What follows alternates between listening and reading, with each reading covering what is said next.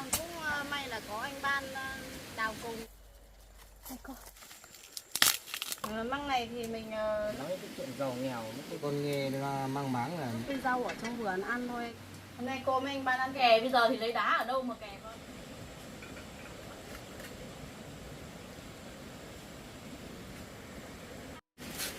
Anh Ban hôm nay thế nào mà dậy sớm thế? Lúc tôi với cô chưa ngủ dậy đã thấy anh đã sạch sạch ở ngoài này rồi. Không biết là anh đang tính làm gì đấy? tôi thấy ở chỗ này nó đang bừa bộn quá cô ạ. Tôi đang tính là thu gọn lại cho nhìn cho nó gọn và sạch sẽ hơn. Với cả hai là tôi đang muốn bàn với cô một chút chuyện nữa, cô xem là có được không? Bàn với tôi việc gì vậy? Tôi định bàn với cô Dên là ở cái khu vườn nhà cô này diện tích nó tương đối rộng mà vẫn chưa sử dụng hết, nên là tôi muốn là trong thời gian này tôi vẫn chưa kiếm được việc, thì là tôi muốn đào giúp cô một cái ao để thả cá ở đây, cô xem có hợp lý không? Được như thế thì tốt quá rồi anh ạ. Tôi thì cũng chưa bao giờ nghĩ là tôi sẽ có một cái ao ở nhà tôi đâu. Thì anh giúp tôi nhé. Được, cái này để tôi giúp cô làm nhanh để có ao để thả cá nhé. Dạ. Rồi. Cô ở đây cô giúp cho tôi cái cọc để mình lo để làm không mua bán nhé. Đã mới làm cái gì rồi thì thà thì thầm chứa sáng ra lại thì thầm với nhau.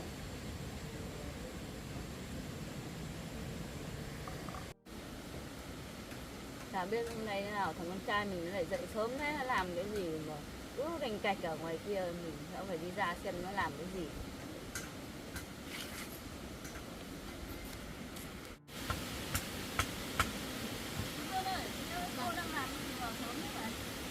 Cháu với anh Ban đang tính làm một cái ao cá để nhỏ để mà thả cô ạ. Cần tôi giúp không? Thế cháu chỉ sợ sức khỏe của cô lại không làm được việc này thôi ạ. Mẹ đang rảnh thì mẹ vào đây giúp một con cũng được, bởi vì công việc này nó cũng vất và phải cần có nhiều người mới làm nên xong được mẹ. Thế để mẹ vào mẹ giúp. Vâng. Này thì giúp ở chỗ nào con? Đấy con để cái vạch dây lên mẹ cứ giúp theo cái dây đấy. Đấy ở trong ạ.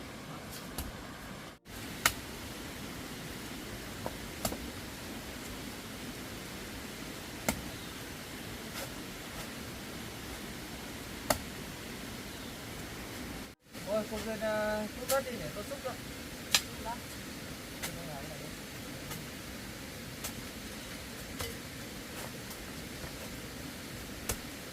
Đất ở đây của nhà cô Duyên cũng khá mềm đấy nhỉ? Và cái chất đất nó cũng mềm đấy.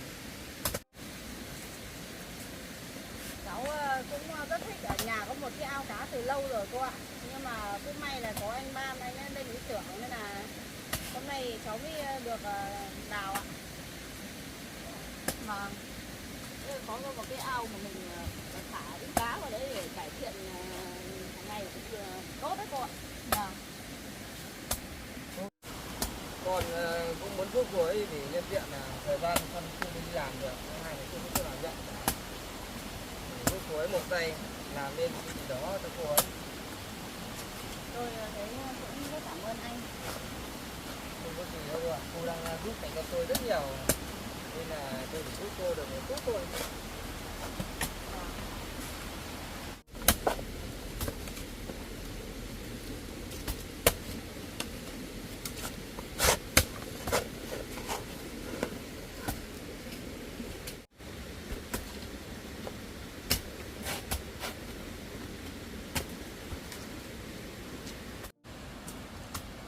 Cô Duyên ạ, tôi cũng xem mà thấy rồi, ở chỗ này làm ao ở đây là rất hợp lý, bởi vì ở đây nó gần con suối chảy à.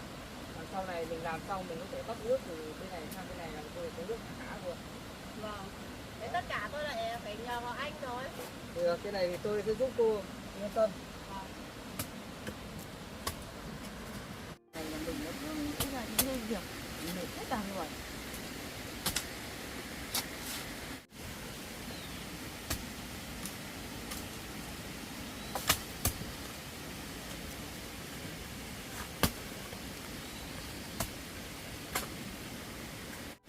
Theo tôi thấy ấy là để sau này cái để cá của mình có cái bờ vững chắc ấy, thì mình cần phải có đá suối để kè vào đây cô ạ. Vâng. Thì nó thì vừa đẹp mà nó rất là chắc chắn. Vâng. Thế thì tốt quá rồi anh ạ.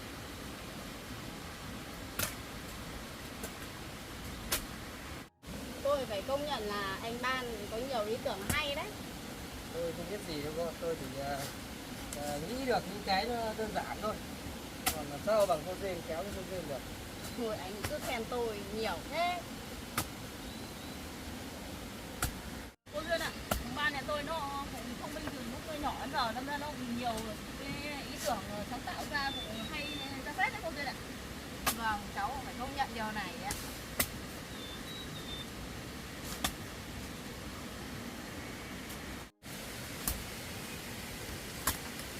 Tôi đối nhanh như cô Duyên ạ. Vâng. Cứ tiến độ làm như này thì cả mấy cũng xong thôi. Vâng, tất cả mọi người cùng cố gắng thì nó sẽ xong anh ạ. Cô Duyên có thấy mệt không? Có gì vào nghỉ để tôi làm không? Không mệt đâu anh ạ. Cha thấy hỏi thăm thì mẹ có mệt không, cũng là cô Duyên mẹ có mệt không thì mẹ vào nghỉ đi, cha sẽ bảo gì. Tôi nghĩ là cái đất sau khi đào ao xong rồi cô Duyên này nó vừa thì mình có thể mang ra cái bè này mình trồng mấy cái rau ạ. Vâng. Đất này thì chắc là sẽ rất là tốt anh ạ. Đúng rồi. Nghĩ là đất xốp màu mỡ này trồng rau là rất là nhanh có rau ăn. Vâng.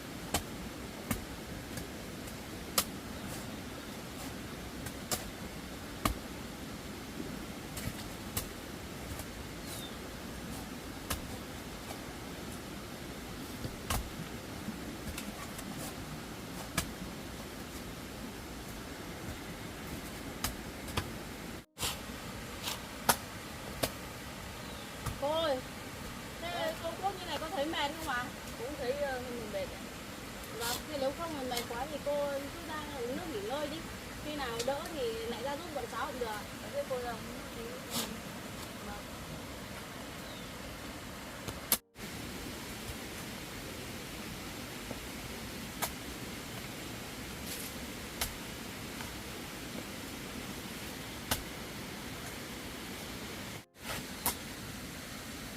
Tôi thấy mẹ anh có vẻ cũng rất là mệt đấy. Để tôi thì sức khỏe cũng yếu lắm cô ạ. Không được như người khác đâu. Tôi làm một lúc là hôm sau lại thấy yếu. Ốm. Thì tôi nghĩ là anh cũng nên chú ý đến cô ấy hơn. Rồi, cái này tôi sẽ để ý thêm cô ạ. Cảm ơn cô đã quan tâm đến tôi nhé. Không có gì đâu.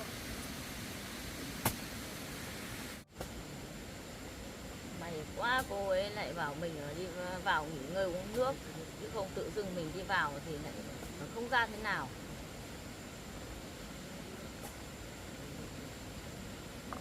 Cái thằng con trai mình tự dưng lại nghĩ ra cái ý tưởng này cho nó mất bao nhiêu mồ hôi công sức của mình. Nghĩ ra cái ý tưởng để đào ao cho cô đấy, mình chỉ là ở nhờ thôi mà lại đi để nghĩ ra làm như thế cho nó mất bao nhiêu công sức rồi. Mệt quá. Làm hot nước ạ.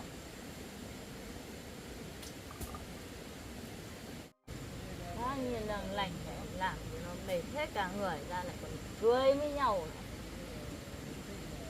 Thôi mình cứ ngồi đây mình nghỉ. Cái đào được sâu sâu này tôi cũng thấy thành cái ao rồi đấy. Chứ cứ để một mình tôi làm không biết là bao giờ mới xong anh ạ. Tôi cố gắng làm cho nhanh xong để có một cái ao để thả cá cô ạ. Vâng. Tôi cũng thích ăn cá lắm. Thế thì mình phải nuôi thôi.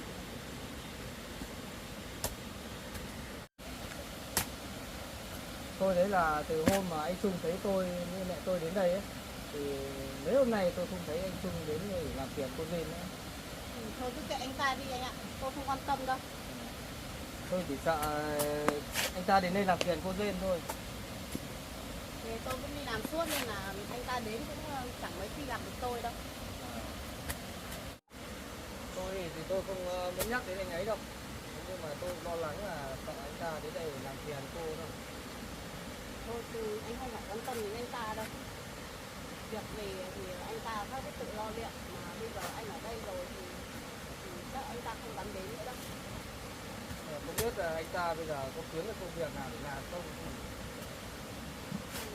Với những người mà tính cách như chúng ta thì tôi nghĩ là cũng khó tìm việc. Mình cũng như vậy. Không ai người ta muốn nhận người như thế đâu.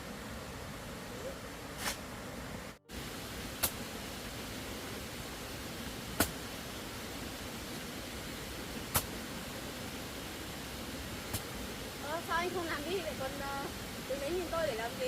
À, tôi thấy cái khung cảnh rừng đằng sau cây cối đẹp quá, sau lưng cô dên tôi mới chỉ biết đứng đi ngắm rồi. Anh cứ có khen quang cảnh ở đây thì không chê được ở đâu rồi. Đẹp lắm. Đúng vậy là đẹp thật quá. Vâng.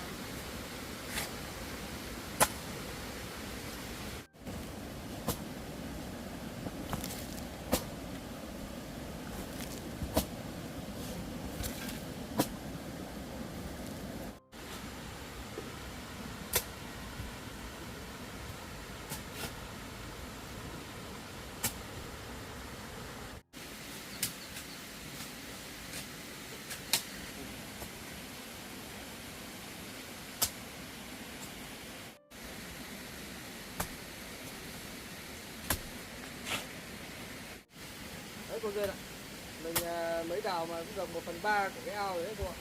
Vâng. Rồi cũng thấy nó thành hình đẹp rồi đấy. Thôi cố lên anh ạ. Thế cái tiến độ như này chả mấy xong đâu. Vâng.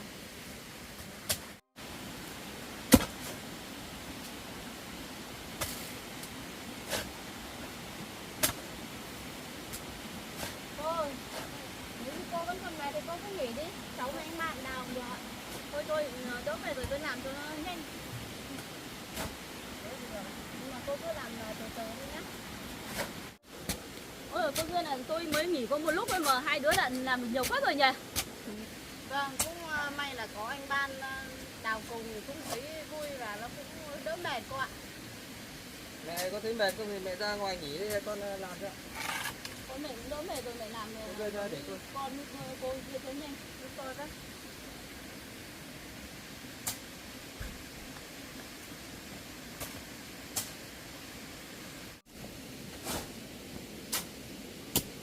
Làm việc đông người là cứ phải như thế này nó mới vui cô ạ.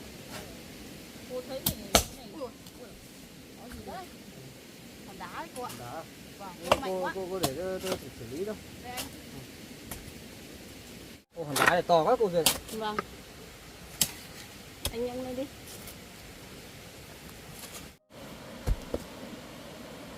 cô không đi thu hoạch à? Cháu cũng muốn đi thu hoạch nhưng mà thôi hôm nay ở nhà để cùng mọi người đào ao cho nó xong đã cô ạ. Ừ thế là được, mình làm sau việc nó đỡ. Vâng.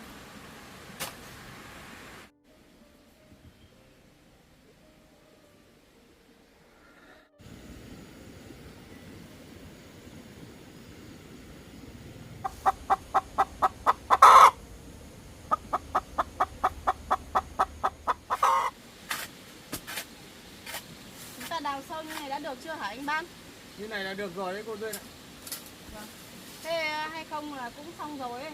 Thì anh với cô ở đây đào để tôi lên trên rừng tôi bẻ ít măng về để ăn nhé. Thế cô đi lấy măng này hay là để tôi đi cùng cô nhé? Vâng, thế cũng được.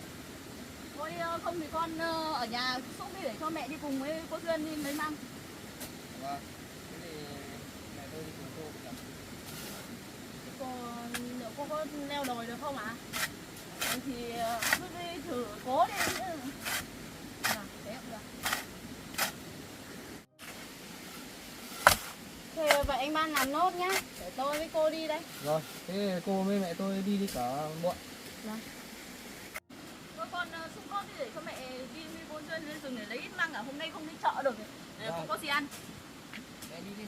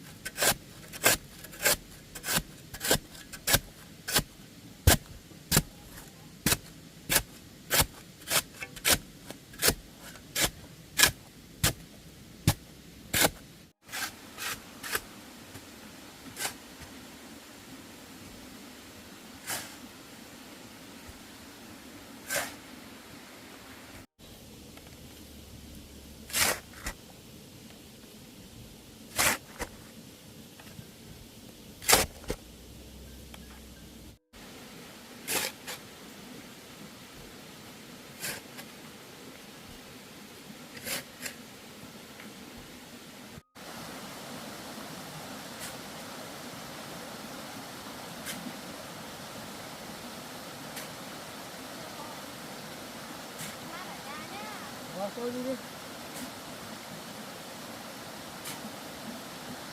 Có xa không cô Duyên ơi? Ở ngay đồi bên này thôi cô ạ. Nhưng mà đường nó cũng hơi khó đi ạ. Thế à? Vâng.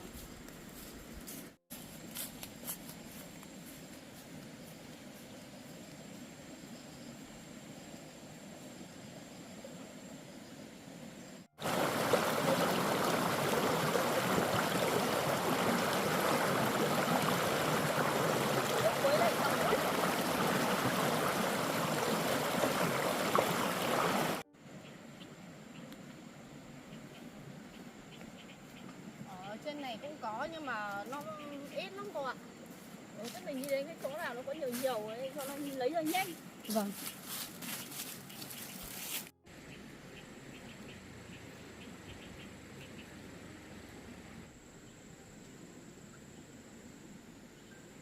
Đến nơi chưa mà thế nào đi đến xa thế cháu? Chắc cũng sắp đến rồi cô ạ. Đây đi đằng này ạ. Thế à? Vâng. Ôi thế nào mà xa thế kia, thế này mà cô Duyên đi được. Cô cứ đi cẩn thận đi ạ. Qua vậy thì khó đi. Vâng. Ngày trước tôi muốn ăn thì ra ngay chợ cho nó nhanh, như tôi đi không leo gì rừng thế này bao giờ đâu. Vâng. Đây bới đây rồi cô ạ. Đây chỗ này này cô. Ôi cô Duyên ơi, rậm thế này thì tôi sợ rắn rết lắm, thế này cô đi được không? Không có đâu cô ạ. Cháu cũng đi lấy mãi rồi, quen, không thấy có đâu ạ. Tôi thấy rậm quá. Thế cô đi vào trong cô bẻ đi, xong thì tôi chuyển ra ngoài cho, tôi sợ tôi không dám chui vào được đâu ấy. Không biết cô dám chui vào không? Vâng, thế để cháu bẻ cho cô ạ. Đi cô đi đằng này cô.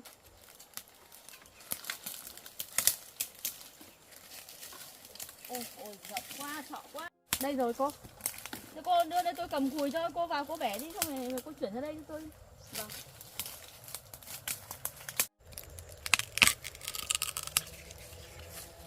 Đây cũng để. Ôi, thế để tôi cũng tham gia bẻ cùng với cô ấy.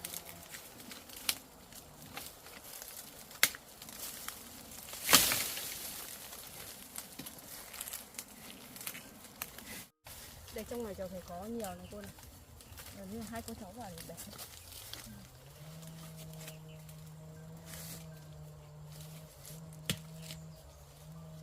Đây cô. Tôi cũng thấy có cái măng đây rồi. Vâng, cô bẻ luôn đi ạ. Trong này. Ôi cái này ở dưới đất này rậm nhiều măng quá nhỉ. Vâng, đây cô chảy hộ cháu cái này ra với. Nhiều lắm cô ạ. Cái này nếu mà mình bẻ lúc cái đồng một hùi thôi nhỉ. Vâng.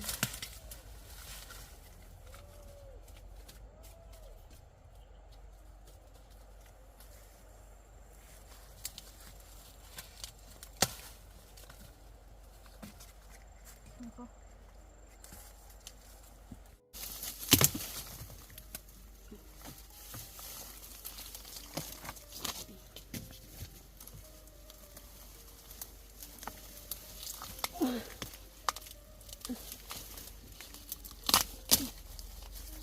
Nhiều quá. Đây cô. Ôi rồi cũng nhiều thật đấy cô Duyên ạ. Vâng, trong này nhiều lắm. Để cháu chui thêm vào. Sâu tí nữa.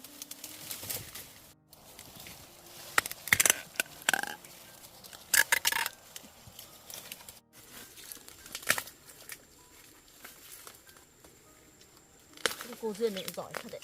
Ở đây nhiều thế.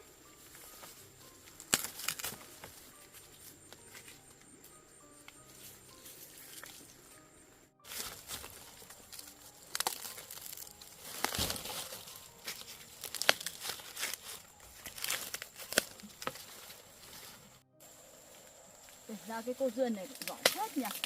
Đầu tiên mình vào đây thấy hốt hốt, nhưng mà bây giờ thấy có nhiều cũng ham ham nữa đấy. Cũng ham ham ra phết đấy.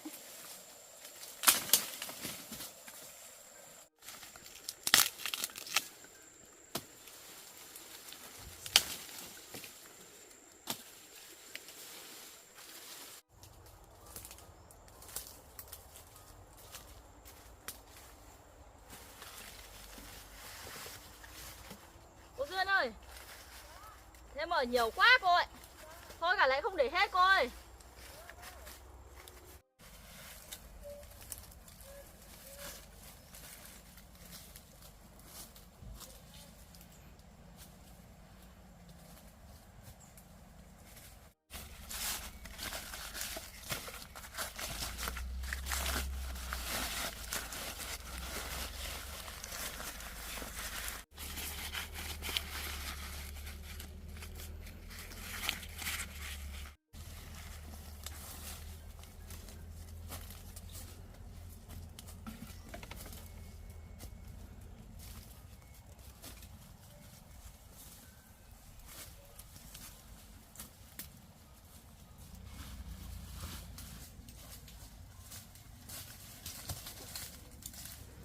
Ôi, trên mẹ cháu ơi. Ôi, hồi đừng nhiều quá cô Duyên ạ. Vâng, mới đầu thì tôi thấy sợ sợ nhưng mà bây giờ đừng nhiều quá. To quá quá. cô ạ.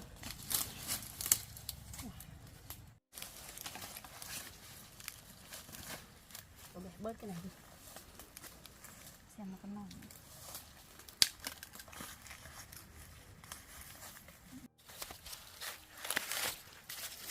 Đang tranh thủ mùa măng cô ạ. Mình phải đi lấy để ăn hoặc là đem đi chợ bán. Thế này hôm nào lấy được nhiều mang đi chợ bán được đấy cô Duyên ạ. Vâng.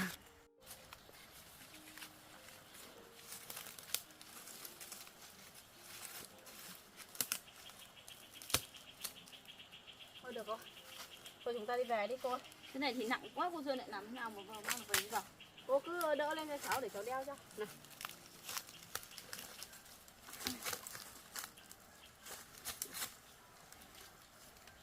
Được rồi ạ. Cô xem mắt hộ cháu với.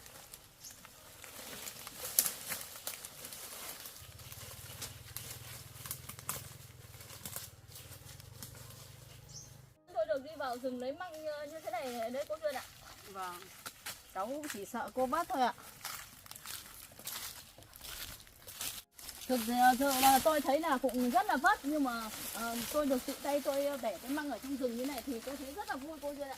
Vâng ạ, phải được tự mình làm thì sẽ thấy rất vui vẻ cô ạ.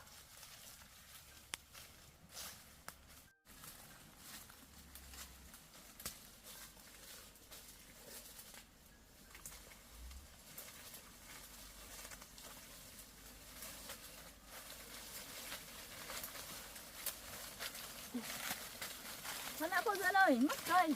Vâng vâng.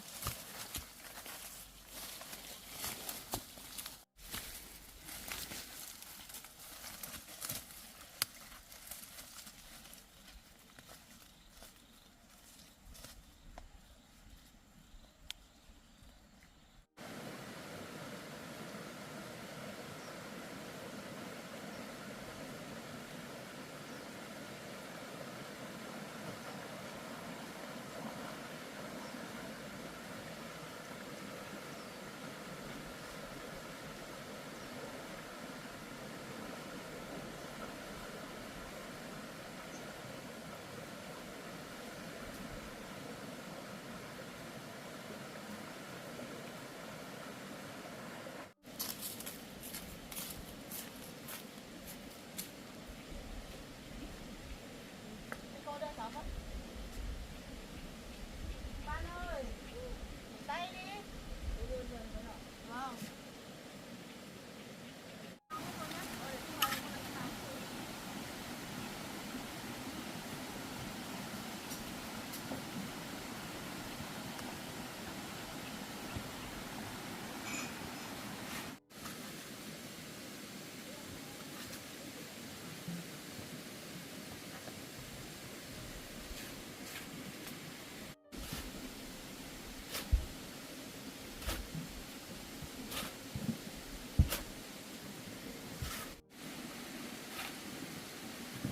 Mình phải cố gắng làm chỗ này cho nó thật đẹp và thật ngon lành và để cho cô Duyên cô ấy ý mình hơn và vui lòng hơn.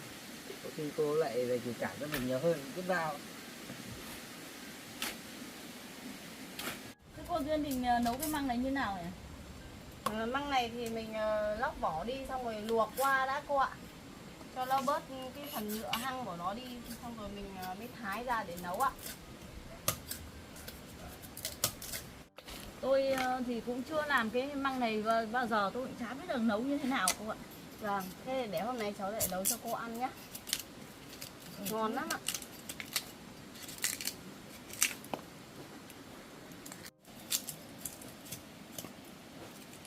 Nhưng mà cái măng này bóc ra ngon quá cô Duyên nhỉ. Vâng. Mấy cũng hơi vất nhưng mà đây là loại măng ăn ngon nhất đấy cô ạ. Thế à? Vâng.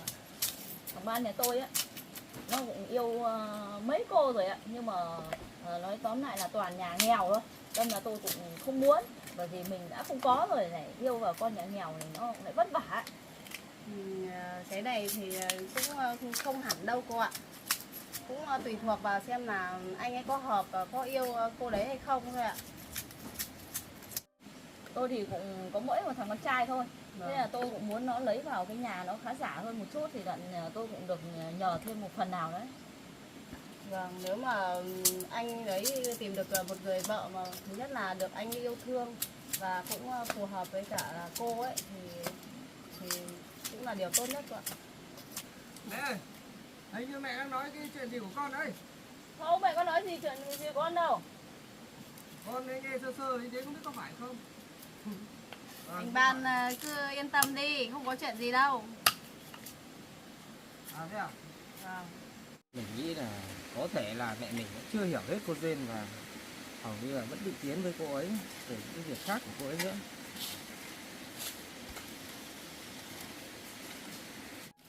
Thằng Ban nhà tôi á, hiện giờ là nó vẫn chưa có việc làm. Thì mong ước của tôi thì không biết bao giờ cho nó được thành hiện thực cô Duyên ạ. Vâng, cháu cũng hy vọng là sớm thôi cô ạ. Cô Duyên ơi, Dạ. ở trong này thì có cô gái nào có điều kiện giống như tôi mong muốn không nhỉ? Thực ra ở trong này thì mọi người cũng đều khó khăn cô ạ. Còn họ có điều kiện thì họ ra thị trấn ở hết rồi ạ. Thế à? Vâng. Không biết là mẹ mình tự nhiên lại nói cái chuyện giàu nghèo với cô Duyên để làm cái gì, hay là mẹ mình định có ý đồ gì để nói để ngăn cản giữa mình với cô Duyên hay sao ấy.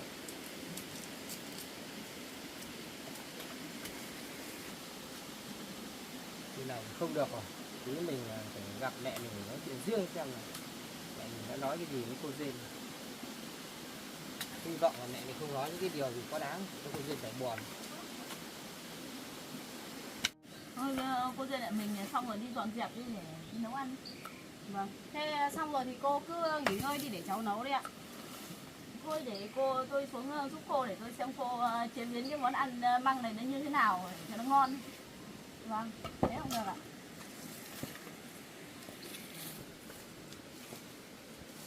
Cô đưa cháu đi. Tóc vào đây để vứt cho nó dễ. Tôi làm này cũng xong rồi cô ạ. Xong rồi anh. Tôi Tôi cảm ơn anh nhá. thử ngắm xem có được không. Hợp ý anh là tôi thấy cũng được rồi ạ. Cháu cũng công nhận là anh Ban anh khéo tay cô ạ. Dạ. Vâng.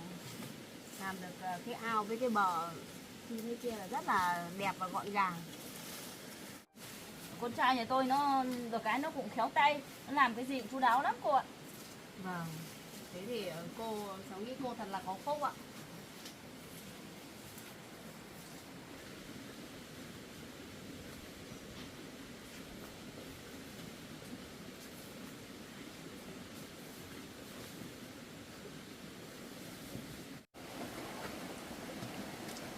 Đây, anh múc giúp tôi một chậu nước rồi đấy. Đây, tôi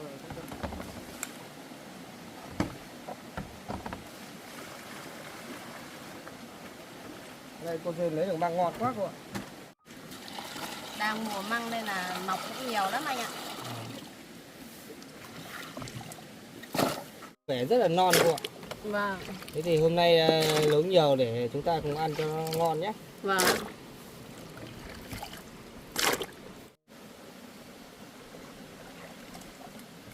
Tôi thấy nói chuyện với mẹ anh rất là vui vẻ đấy. Mẹ tôi thì nhìn có vẻ như thế thôi nhưng mà cái tốt lắm cô ạ. Vâng. Thôi. Tôi đổ cái đấy để tôi múc vào đấy để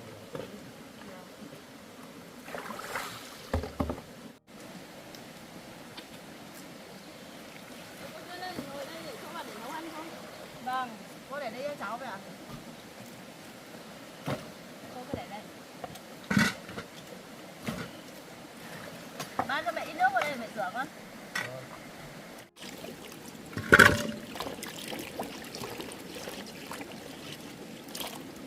Nhiều quá cô Duyên lại thôi nấu lửa thôi nhá. Vâng.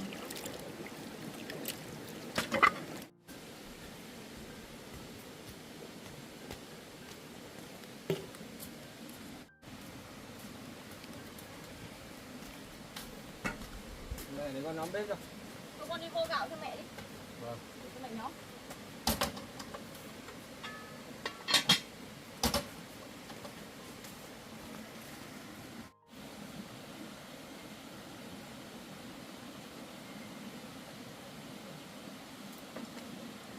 Đây ăn toàn những đồ rau cỏ rừng núi này, chả có cái gì khác ngoài dạ mình làm như mình bâu bở lắm, mình thích cái đấy lắm ấy, nhưng chẳng qua bây giờ con trai mình nó chưa kiếm được việc làm là mình phải ở tạm rồi chứ. Bạn nó kiếm được việc làm mình chả thèm ở đây. Con trai mình nó cũng giỏi giang thế thì mình nghĩ là nó cũng sẽ kiếm được việc làm tốt để kiếm được nhiều tiền cho mình ra thành phố ở mãi trong rừng thế này mình chán lắm rồi. Không biết là mẹ mình đang lẩm bẩm cái gì ấy, hay là đang nói gì cô Duyên sao? Mình đã nói bao nhiêu lần rồi mà mẹ mình không biết ý gì cả.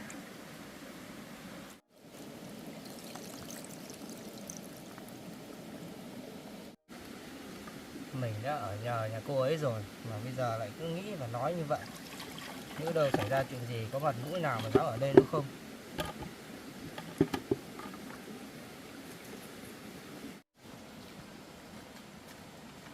Đây, cơm được rồi. Đây, con để bóc vào đây cho mẹ.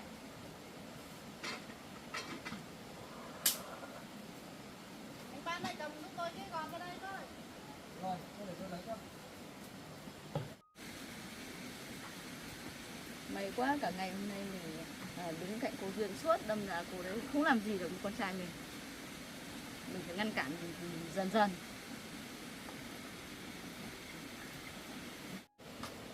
Mẹ, nồi nước xuống chưa? Thôi mẹ nào nấu nước đâu con. Thôi, mẹ lên trên nhà nghỉ đi để con nấu cho. Thôi mẹ ở đây để mẹ nấu rồi mẹ chăm cô Duyên cô nấu măng như thế nào rồi cho nó ăn nó ngon để mẹ sau mẹ còn có chút nấu, mẹ đã nấu cái này bao giờ đâu con. Vâng. Nè, lúc nãy con nghe là mang máng là mẹ nói chuyện gì với cô Duyên là giàu nghèo như thế nào đấy nhỉ? Mẹ sợ cái gì mà mẹ không dám nói con? Con không muốn mẹ cứ nói cái chuyện giàu nghèo ra. Con sợ chạm vào lòng tự ái của cô ấy thì làm sao mẹ? Mẹ phải nói thế để cho cô ấy ngừng con ra. Bây giờ mẹ nói con chả nghe thì mẹ phải nói cô đấy đấy chứ không cô đấy cứ theo mãi con đến mẹ không thích. Mẹ buồn cười ấy nhỉ? Con đã nói với mẹ cái chuyện này rất nhiều lần rồi. Cái chuyện tình yêu của con và cô ấy để nó tự nhiên đi. Bây giờ mẹ không nên xen vào những cái này, việc này riêng của con không thích đâu. Nên là mẹ hãy dừng những suy nghĩ lại đi. Đừng làm những cái chuyện như thế nữa. Nói thế mà nó vẫn còn không hiểu cho mình nói. Được chưa, cô Duyên? Đây được rồi anh ạ. Tôi thử nữa mà. Cô Duyên gọt rau khéo nhỉ? Được cười quá. Tôi thì cũng chỉ có mướp cái rau ở trong vườn ăn thôi anh ạ. Nên là anh với cô cũng thông cảm với tôi nhé. Ô, tóc cô Duyên dính cái gì nè? Để tôi lấy ra. Đâu ở chỗ nào anh? Đây. Rồi, thế cảm ơn anh. Thế cô Duyên để tôi làm giúp. Thôi có việc này để tôi làm được anh ạ. Anh cứ vào nghỉ ngơi đi. Thế tí nữa thôi thì để tôi lấy mâm bát ra giúp cô nhé. Vâng. Bạn ơi con mang người ra chậu đổ ngâm cho mẹ nấu mướp rồi. Vâng.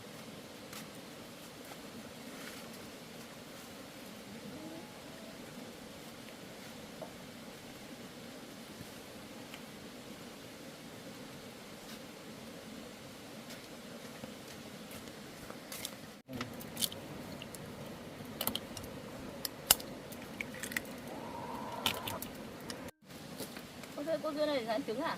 Vâng ạ. Thế chả để cho gà nó ấp lại rán không? Cháu cứ để ở ngoài chuồng thì hay bị chuột nó ăn mất trứng cô ạ. Nên là thôi mình cứ ăn đi ạ. ăn này không có cho gà ấp. Không sao đâu ạ.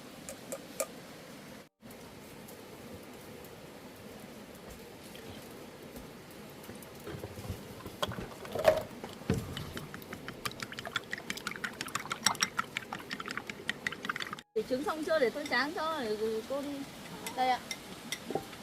Mang được rồi cô ơi. Để đấy tôi tháo.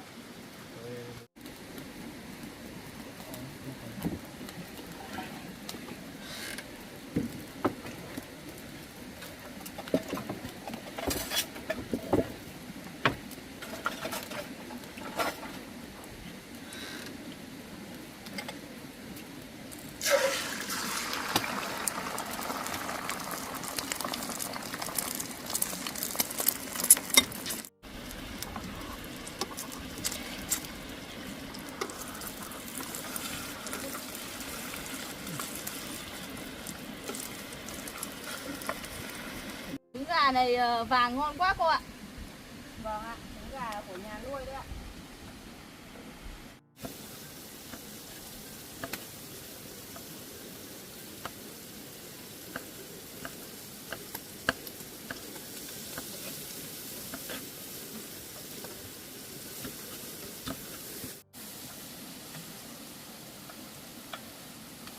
Để hôm nay cháu xem cô trưởng tài nấu ăn có ngon không. Cô chẳng biết nấu đâu. Vâng.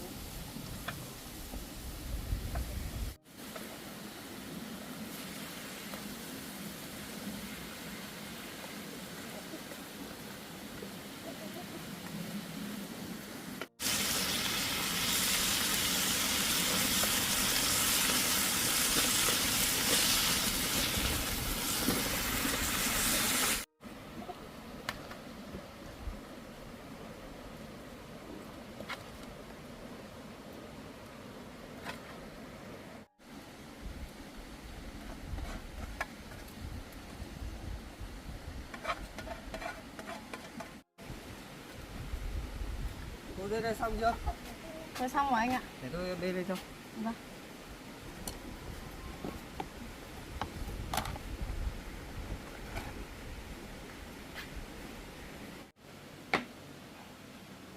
Con mời mẹ với cô Duyên vào ăn cơm ạ.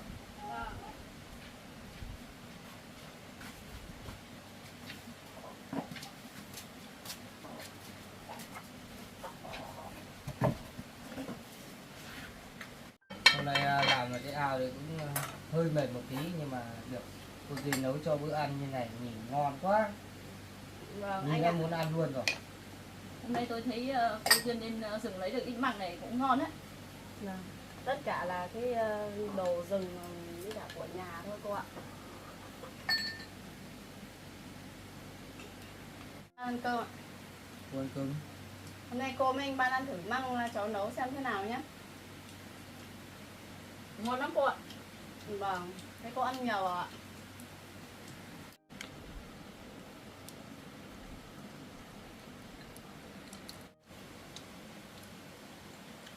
Trứng gà này ngon thật đấy cô ạ. Vâng ạ.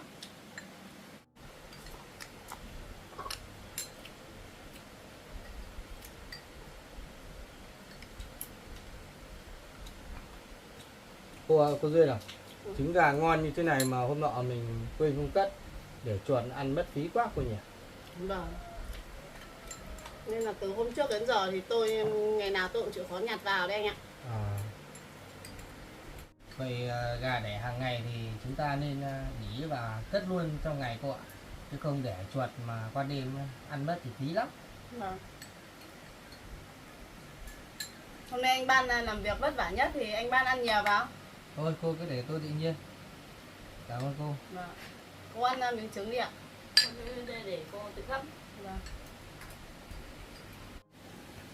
Cái ao kia thì tôi nghĩ là ngày mai hoặc là hôm nào rảnh ấy thì mình lấy đá để mình kê vào cô. Vâng. Để đi bờ nó đẹp mà hai là chăn vịt hay thả cái gì cũng được. Tôi nghĩ như thế. Vâng. Cái kè bây giờ thì lấy đá ở đâu mà kè con? Mà lấy đá nó xa thôi vất vả ra con ạ. Mình cũng phải làm để cho nó trên những đỡ sạt xuống mẹ. Thứ hai là mình cũng chăn nuôi cái gì ở trên nó cho nó tiện luôn ạ. Hôm nay mọi người đều làm vất để đói hay sao ấy, ăn ngon quá cô Duyên, ăn hết sạch cả mâm cơm. Chả còn cái gì. Chắc là thế cô ạ. Đồ ăn hôm nay chắc là ngon. Vâng. Hôm nay cháu cũng được thỉnh giáo cái tay nghề nấu ăn của cô rồi, cháu thấy rất là ngon cô ạ. Đây cô Duyên lại quá khen rồi thế. Cháu nói thật đấy ạ. Không ăn xong rồi mẹ lên giờ nghỉ đi để con giúp cô Duyên dọn dẹp cho xong rồi. Thế con để mẹ bê giúp cái nồi này xuống rồi mẹ đây nghỉ. Vâng. Mẹ bê giúp.